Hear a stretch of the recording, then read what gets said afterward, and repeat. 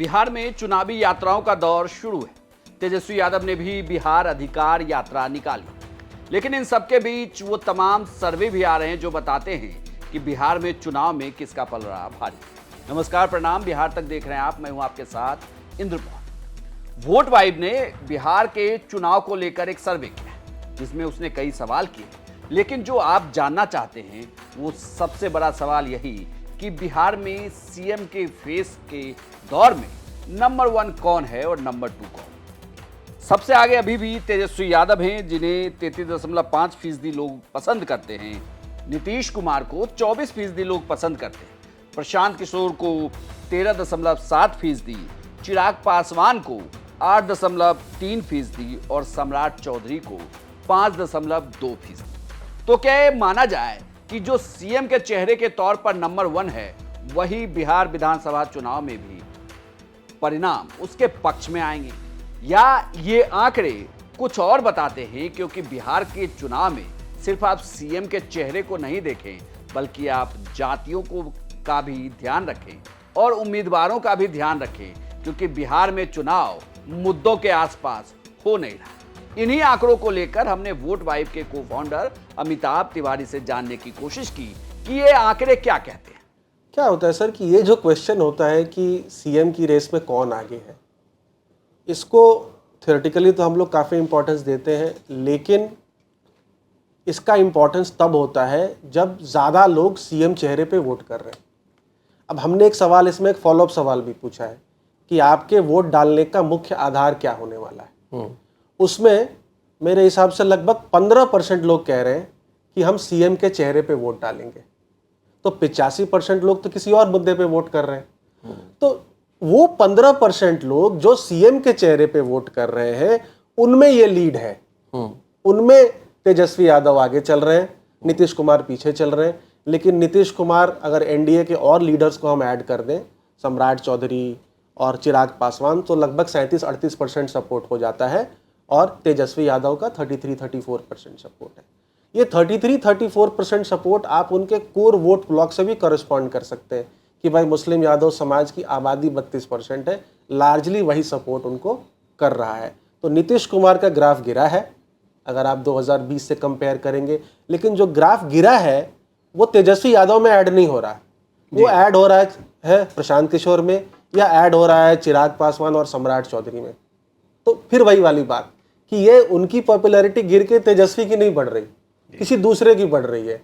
तो इसीलिए इसका इम्पैक्ट जो है वो ज़्यादा हमको वोट शेयर में देखने को नहीं मिल रहा है, और सिर्फ 15% लोग ही सीएम के चेहरे पे वोट करने वाले हैं। वहीं इस सर्वे में यह भी पूछा गया था कि आप किस पार्टी को वोट देंगे, तो उसमें एनडीए को 36.2% लोग वोट दे रहे हैं। वहीं महागठबंधन को 35.8%, जनसुराज को 8.7%, अन्य को 12.8% और 6.5% लोग कहते हैं कि अभी हम कह नहीं सकते। यानी कि भले ही सीएम के फेस के तौर पर तेजस्वी यादव आगे चल रहे हों, लेकिन जब पार्टी की बात आती है तो एनडीए आगे हो जाती है। अभी भी, वो भी तब जब प्रशांत किशोर का फैक्टर काम कर रहा है, और प्रशांत किशोर 8.7% वोट भी ला रहे हैं। तो क्या जो आंकड़े कह रहे हैं परिणाम भी ऐसा ही होगा? जी, अभी के हिसाब से तो कांटे की टक्कर है। दोनों गठबंधनों का वोट शेयर लगभग 36% है, और पिछली बार की तरह ही ये चुनाव होता दिख रहा है। दोनों को लगभग 37% वोट शेयर मिले थे 2020 के चुनाव में, और एक तीसरा पोल था उस वक्त एलजेपी, जिसको लगभग 6% वोट शेयर मिला था। वो 134 सीटों पे लड़ी थी।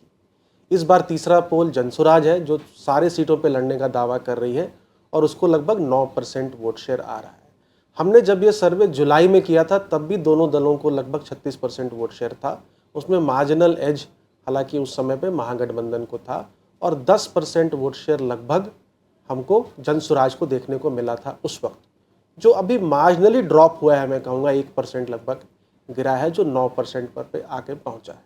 तो पिछले 1.5 महीने में हुआ क्या है? पिछले 1.5 महीने में एक तो एसआईआर की बहुत जोर रही, विपक्ष ने एसआईआर का मुद्दा बहुत उठाया, और एक वोटर अधिकार यात्रा हुआ है।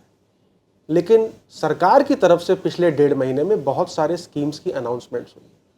125 यूनिट फ्री बिजली, जो कि ऑलरेडी 1 महीने का बिल लोगों को आ चुका है, जिसमें 700-800 रुपये लगभग हर फैमिली को बचत हो रही है। उसमें 10,000 रुपये का महिलाओं को लिए एक रोज़गार योजना की घोषणा हुई है, हालांकि अभी वो अमाउंट ट्रांसफ़र नहीं हुआ है, पेंशन्स में इंक्रीज़ हुआ है, तो बहुत सारी घोषणाएं हुई हैं। तो इसकी वजह से क्या हुआ, अगर आप level of anti incumbency and pro incumbency देखेंगे तो लगभग बराबर है। 48% लोग कह रहे हैं कि 48% लोग कह रहे हैं कि स्ट्रॉन्ग एंटी इनकम्बेंसी है जी। 27% लोग कह रहे हैं कि स्ट्रॉन्ग प्रो इनकम्बेंसी है और 21% लोग कह रहे हैं न्यूट्रल है, यानी 48% है।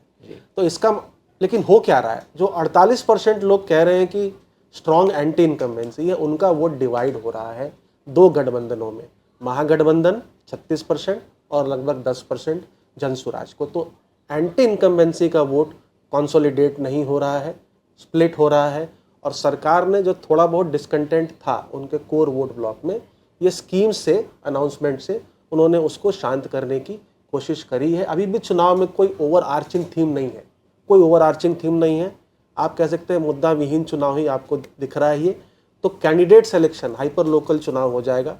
कैंडिडेट सिलेक्शन कौन सा गठबंधन करता है और किसका उम्मीदवार मजबूत होता है, कास्ट अरिथमेटिक हर सीट पे कैसे बैठता है, उसके हिसाब से चुनाव होता हुआ दिख रहा है। वोट वाइब के सर्वे को देखकर तो यही लगता है कि बिहार में फिलहाल बिहार विधानसभा चुनाव में कांटे की टक्कर होने वाली है। एनडीए और महागठबंधन के बीच मुकाबला पिछली बार की ही तरह बिल्कुल नेक टू नेक होगा, क्योंकि पिछली बार के 2020 के बिहार विधानसभा चुनाव में दोनों गठबंधनों के बीच वोट का अंतर सिर्फ 12,000 मतों का ही था। अगर इस बार भी ये ऐसा ही रहा, और वो भी तब जब प्रशांत किशोर लगभग 8.7% वोट ला रहे हैं फिलहाल, तो क्या ये परिणाम बदलने वाले हैं? क्या तेजस्वी यादव के सिर ताज सजेगा, या फिर जैसे चल रहा है बिहार में ऐसे ही सरकार चलती रहेगी? आपकी क्या राय है, हमें कमेंट बॉक्स में लिखकर जरूर बताएं, और बिहार की तमाम खबरों के लिए आप देखते रहिए सिर्फ बिहार तक।